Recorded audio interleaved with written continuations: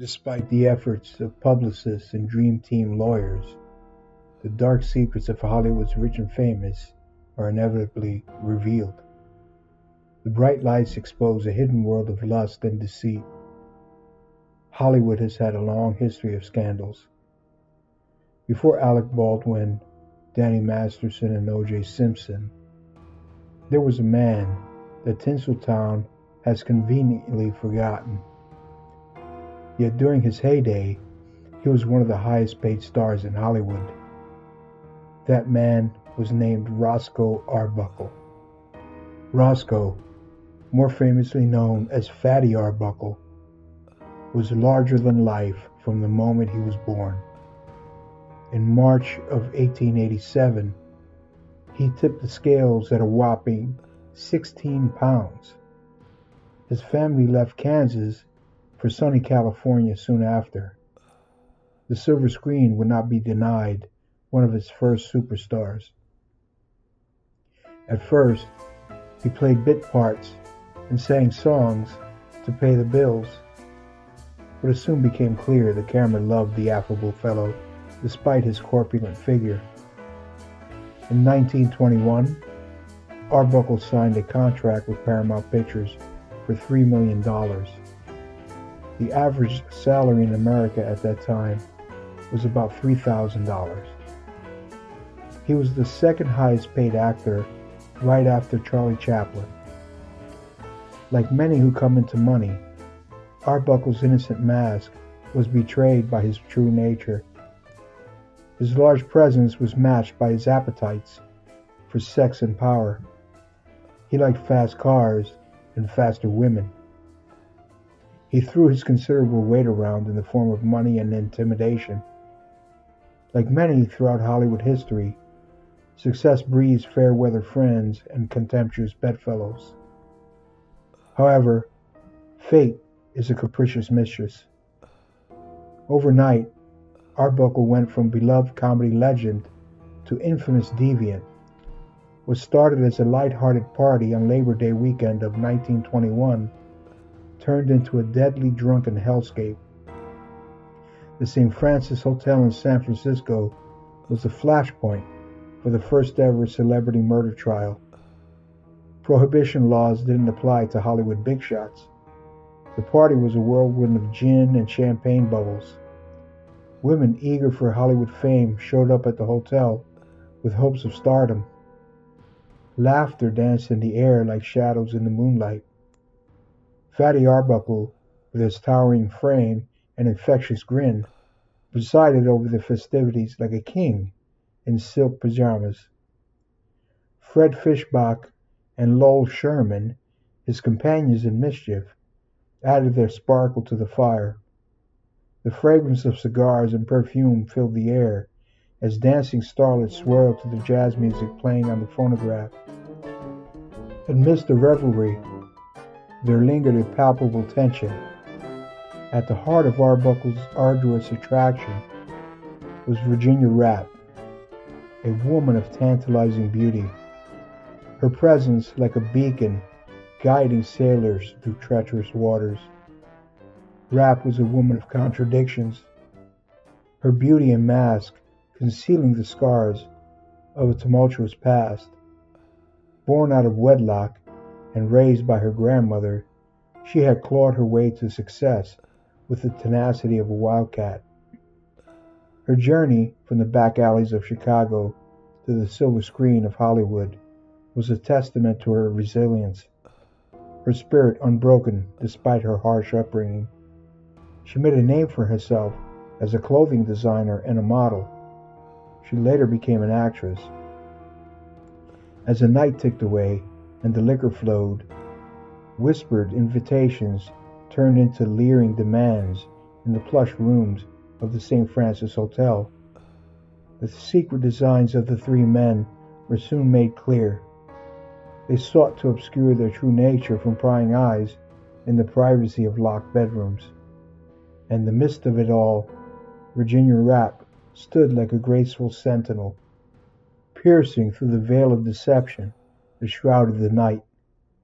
She detested Arbuckle and his unwanted advances. But the rotund funny man lurked like a silent assassin, biding his time until the moment was ripe for his unwelcome embrace. And when the clock chimed midnight, tragedy struck like a thunderbolt, shattering the fragile facade of revelry and laying bare the dark underbelly of human nature. In a locked room, Virginia Rapp was either an unfortunate casualty of her reckless nature or the unwitting victim of an overbearing fiend that wouldn't take no for an answer. One thing is undeniable. Ms. Rapp died 3 days later after that fateful night in a San Francisco hospital from a ruptured bladder. The details of that fateful night remain shrouded in mystery, obscured by the passage of time and the whispers of the past. Some say it was an accident, a tragic twist of fate. Others whisper of premeditated assault and a sinister cover-up. The dark forces of money and power at play, lurking in the shadows like wolves in tailored suits. But amidst the chaos and confusion, one question lingers, like a haunting refrain. What truly happened on that dark September night, 100 years ago? The city of San Francisco, with its fog-shrouded streets and whispered secrets, became the stage for a drama that would captivate the nation. Roscoe Fatty Arbuckle, once a darling of Hollywood, found himself thrust into the spotlight of scandal and suspicion. As the wheels of justice turned, the shadows of doubt cast their long reach over the truth, obscuring it like a veil of smoke from a mogul's cigar. In the wake of Virginia Rapp's tragic demise, the echoes of her final moments reverberated through the corridors of power and privilege. Many attempted to cover for Arbuckle, lest their own indiscretions be exposed. Arbuckle, with his jovial facade crumbling like a mask made of plaster, stood at the center of a storm brewing with accusations and innuendo. The whispers of assault and murder hung heavy in the air like the scent of jasmine on a summer breeze, suffocating the truth beneath layers of deceit and corruption. But amidst the chaos and confusion, a glimmer of hope emerged. Miss Rapp had a champion who never wavered in her story. She stood as a ray of light piercing through the darkness like a solitary star in the night sky, for there were a few who dared to speak the truth, to defy the forces of corruption and venality that sought to silence them. Maud Delmont, with her checkered past and tarnished reputation, stood firm in her conviction, her voice ringing out like a clarion for justice. That fatal night, she hammered on the locked door as Virginia screamed in pain.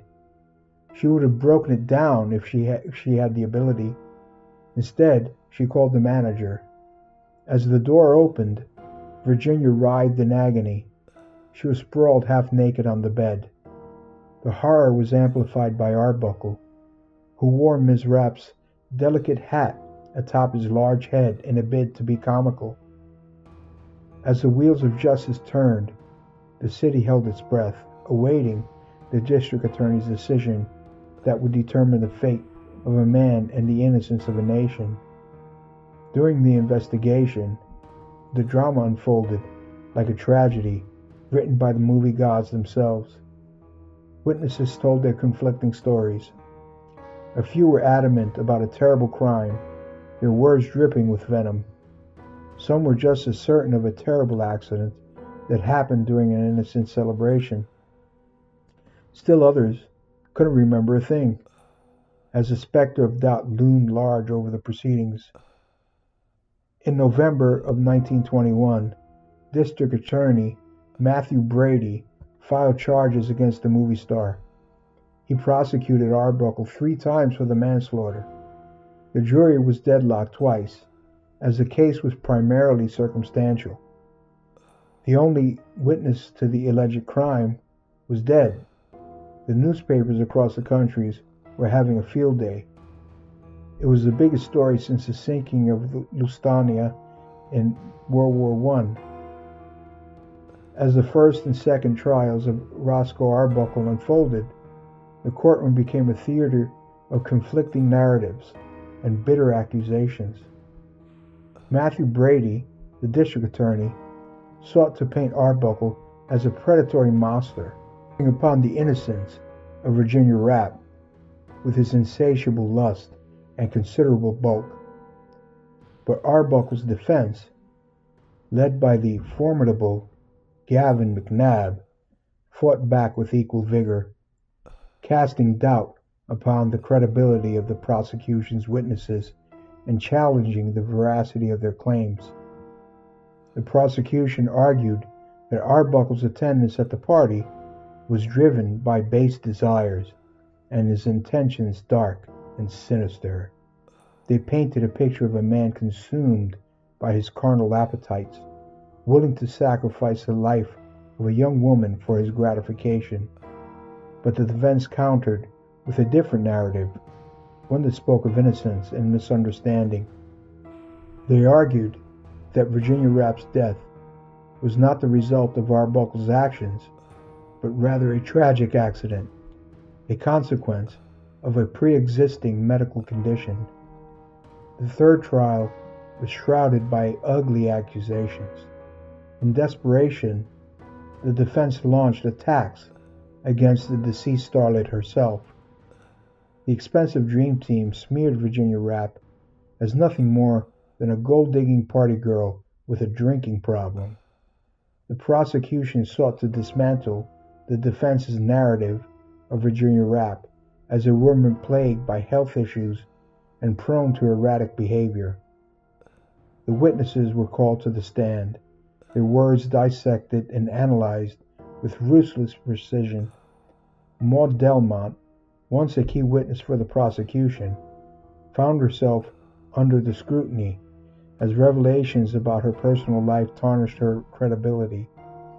And as the prosecution's case began to unravel, Arbuckle's defense seized upon the opportunity to turn the tide in their favor.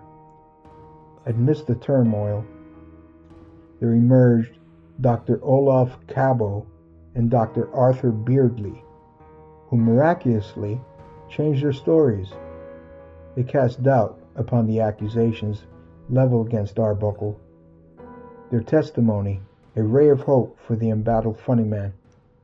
Was their change of heart the truth, hidden beneath the lies, or was it the product of deceit and corruption? As the trial reached its climax, the nation held its breath, awaiting the verdict that would echo through the annals of history. For in that moment, the fate of a man and the soul of a nation hung in the balance. Poised on the edge of oblivion, and as the jury rendered its verdict, Arbuckle emerged from the shadows a free man. The echoes of that fateful night would linger long after the final gavel fell, haunting Arbuckle for the rest of his days. The murky waters of human frailty were uncovered for good. Innocent or guilty, the disgraced star was revealed as a sinister bully. In the heart of darkness, where truth and lies intertwined like vines in a tangled garden, the specter of Virginia Rapp's tragic demise would forever cast its long shadow over Fatty Arbuckle. Amidst the chaos and confusion, one question lingered in the minds of all who watched. What truly happened in that room on that fateful September afternoon? The answer remained elusive, obscured like the San Francisco fog. The passage of time further clouds the truth. When the jury delivered its verdict, Roscoe Arbuckle was free, but his fate was sealed. On April 19, 1922, Will Hayes, the newly hired censor, banned Arbuckle from appearing on screen again. On January 29, 1933, Roscoe Arbuckle died of a heart attack at the age of 46. The echoes of his trial